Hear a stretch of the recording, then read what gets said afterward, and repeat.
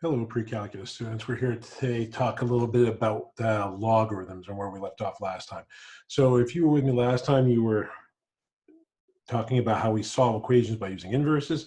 The last problem that we did was something along the lines of this. We had 2 to the x equals 16, and you were asked to solve this.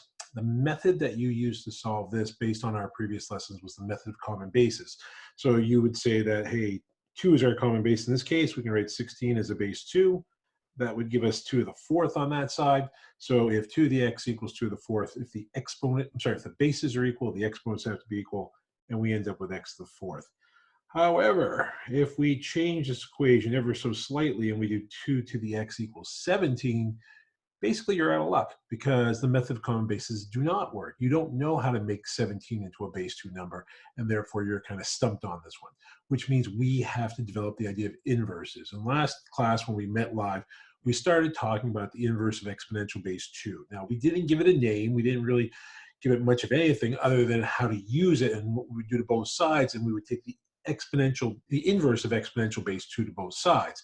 And you learn basically the idea here was we would do the inverse of exponential base 2 to the left side, and you would do the inverse of exponential base 2 to the right side. And you would put the left side 2 to the x in here, you'd put the 17 in there. The whole beauty of inverses is that they're going to cancel out if applied directly. So all this inverse of exponential base 2 cancels out with the exponential base 2. And you're just left with x equals the inverse of exponential base 2 of 17. Problem was, this really didn't mean much to us because we don't really have a good feeling for what is meant by this function called inverse of exponential base 2. And to be honest with you, we're not really going to expound on that all that much today, but that's coming up. What we're going to expound on today is how do we simplify these expressions and what's the name of these expressions. So here we go. The thing you need to know is a logarithm is the inverse of an exponential base. So logarithms are the inverse to exponential bases. We're going to come back next class. We're going to expound on that a lot. Today, all you really need to know is how to write a logarithm, what the notation looks like, and how to evaluate a logarithm. So here we go. Log base b of x equals y. There are 3 parts to every logarithm that you're going to want to be familiar with. There is the x, which is the input. There is the y, which should come as no surprise, is the output. And now here's the one you really got to be aware, it's kind of new for us, this b down here. This guy here is the base. So we have logarithmic bases and exponential bases. Now, the beauty of the logarithm is the following. Log base b of x equals y is the inverse of the exponential base, which means you can use exponential bases to understand them better. Let me remind you of this. Back when you first learned the square root, you really weren't all that familiar with it.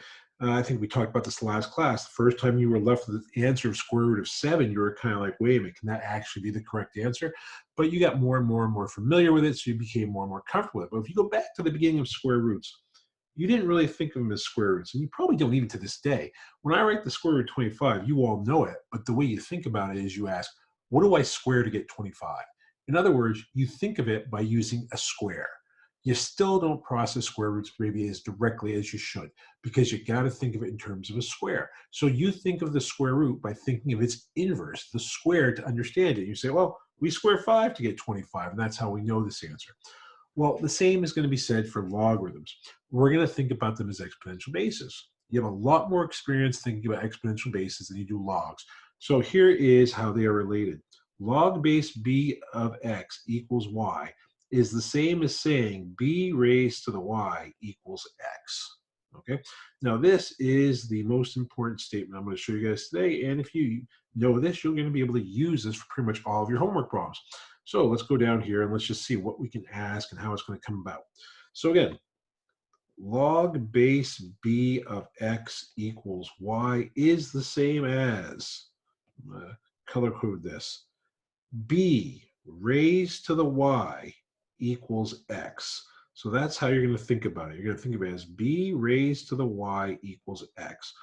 So when I give you this first example of log base 3 of 81, you're going to read it log base 3 of 81. You're going to say log base 3 of 81. You're going to write log base 3 of 81. But as soon as you're asked to really figure out what this is going to equal, you're going to turn this into 3 raised to what number gives me 81. And that's the way you're going to think about it. Okay, so this is going to turn into 3 to the mystery number equals 81. And now you're right back to the method of common bases. Okay, it's just another way to set you up for the method of common bases. So this is really like saying 3 to the x equals 81, which is really like 3 to the x equals 81. It can be written as 3 to the fourth. If your bases are the same, your exponents are the same, this means the mystery number is 4. Remember, that mystery number is this exponent right here, which is what goes right here. So log base 3 of 81 equals 4. Okay, so look at another example. If we have this one, log base 5 of 1 over 25. The way you're going to think about it is you're going to kind of go in that circle pattern again. You're going to say, okay, 5 raised to what number gives me 1 over 125? Well, you should think right away, hey, I got a fraction. And anytime you've got a proper fraction, it has to be a negative exponent. So the first thing I'm going to write here is a negative for a negative exponent. And then I'm really just saying, again, 5 raised to what mystery number equals 1 over 25? Well, 1 over 25 is really 1 over 5 squared. Making use of the negative exponent, that's really 5 to the negative 2. So the exponent I'm looking for here is negative 2. So again, 5 raised to negative 2 gives me 1/25. That's the way you're thinking about all these problems. So one more example, and this one's going to be log base 32 of 64. And what does that one equal? Well, again, we're going to kind of go around in a circle. We're going to use our base of 32. We're going to raise it to the mystery number. It's going to have to equal 64. So the way we think about it is 32 raised to the mystery, 32 raised to the x, equals 64. So from here, this goes right back to the method of common bases. What's the number that works with 32 and 64? Well, hopefully you come up with 2, because 32 is really 2 to the fifth, and all of that has to get raised to the x. And 64 is really 2 to the sixth. So using our laws of exponents, multiply those exponents to get 2 to the 5x, that's got to equal 2 to the 6.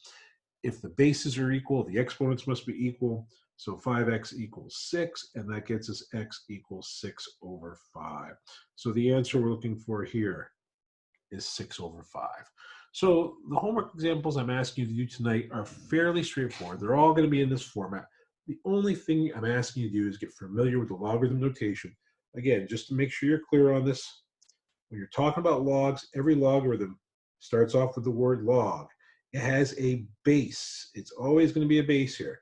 It has an input of x, and it has an output of y, okay?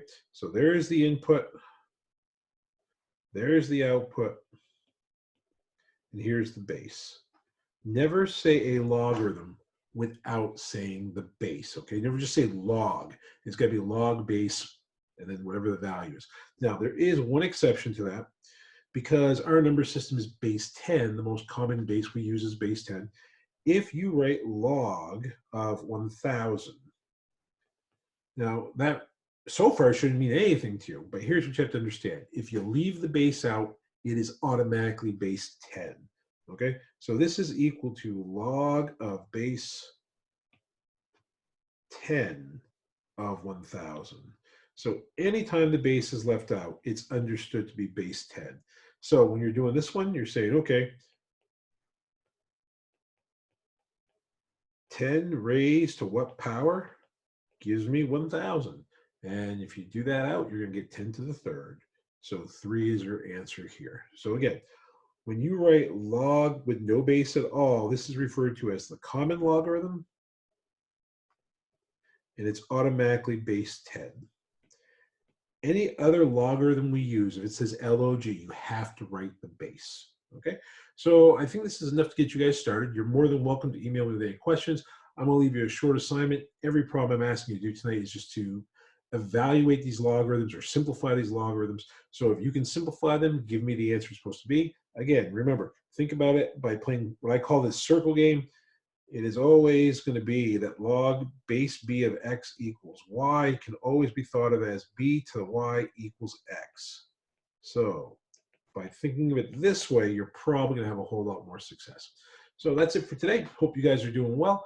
Take a look at this video. Hope you are able to follow along and are good with the logarithm notation. Again, short assignment posted along with it. Please try those examples. Email me anytime if you have any questions, and then I'll be touching base with you guys on Google Classroom soon. Have a great day. Bye.